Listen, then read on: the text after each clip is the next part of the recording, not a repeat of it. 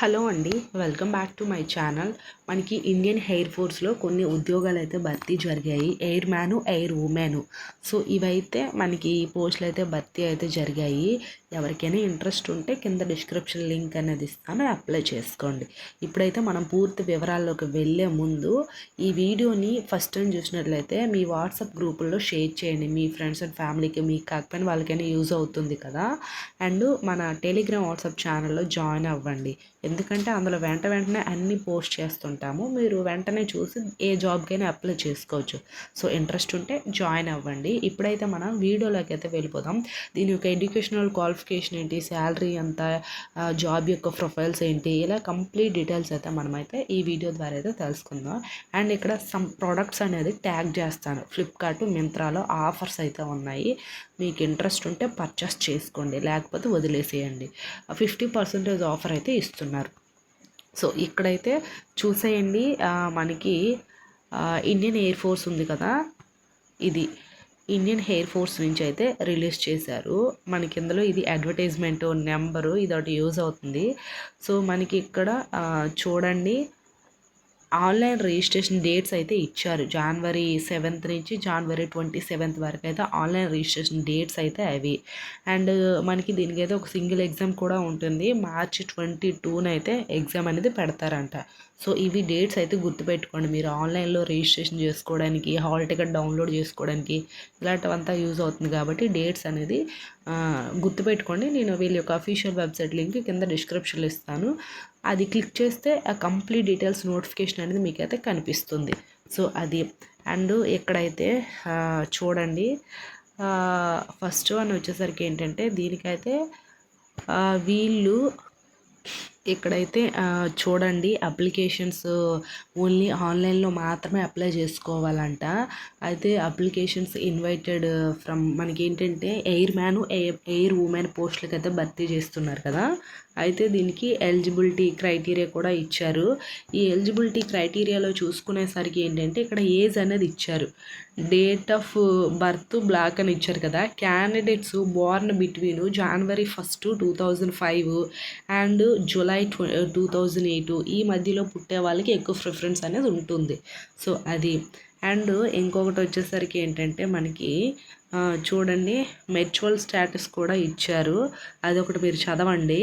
And ఇక్కడ మనకి educational qualifications అయితే ఇచ్చారు. చూడండి, ఎడ్యుకేషనల్ క్వాలిఫికేషన్స్ వచ్చేసరికి ఏంటంటే ఇక్కడ candidate should have passed intermediate 10+2 equivalent మనకి examination maths, physics and English from education boards recognised by మనకి 50% మార్క్స్ అనేది ఉండాలంట.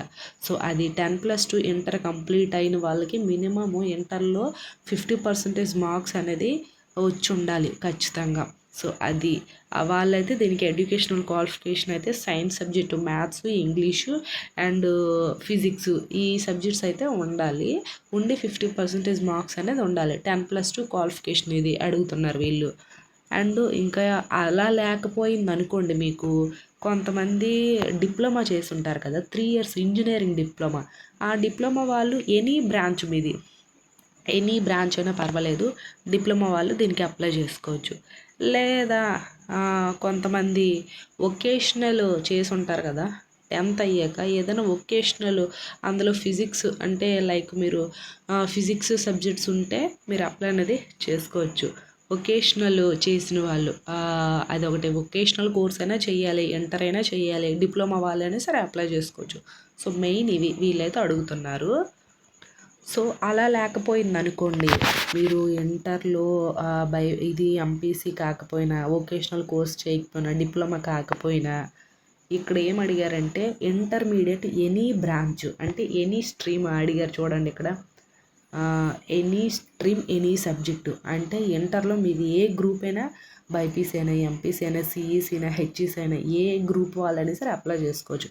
బట్ మ్యాండేట్ అంటే వీళ్ళు ఫస్ట్ ఏంటి అడిగారు, మెయిన్ ప్రిఫరెన్స్ ఎక్కువగా ఎంపీసీ వాళ్ళకి ప్రిఫరెన్స్ ఇస్తారు, లేదా డిప్లొమా వాళ్ళకి ప్రిఫరెన్స్ ఇస్తారు, లేదా నార్మల్ వొకేషనల్ కోర్స్ చేసిన వాళ్ళు, వీళ్ళు ముగ్గురికి ఫస్ట్ ప్రిఫరెన్స్ ఉంటుంది. సో సెకండ్ ప్రిఫరెన్స్ ఎవరికంటే మనకి ఇంటర్ ఏ గ్రూప్ అయినా పర్వాలేదు, వాళ్ళకి ఫైనల్ ప్రిఫరెన్స్ అనేది ఉంటుంది. సో ఇది ఎడ్యుకేషనల్ క్వాలిఫికేషను. అండ్ ఇంకా ఏమి ఇచ్చారంటే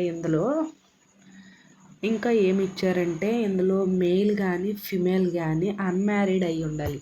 సో ఇక్కడ అన్మ్యారీడ్ వాళ్ళకి ఎక్కువ ప్రిఫరెన్స్ అనేది ఉంటుంది.